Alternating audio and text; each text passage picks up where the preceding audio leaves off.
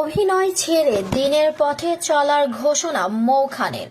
পরে post delete. Online desk, সাথে আছি আমি জান্নাত আরা কলি।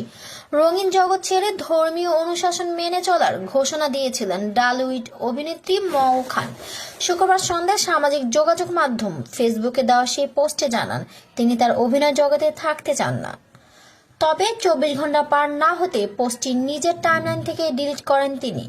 কেন পোস্টটি সরানো হয়েছে সেই বিষয়ে কোনো ব্যাখ্যা দেননি মৌ।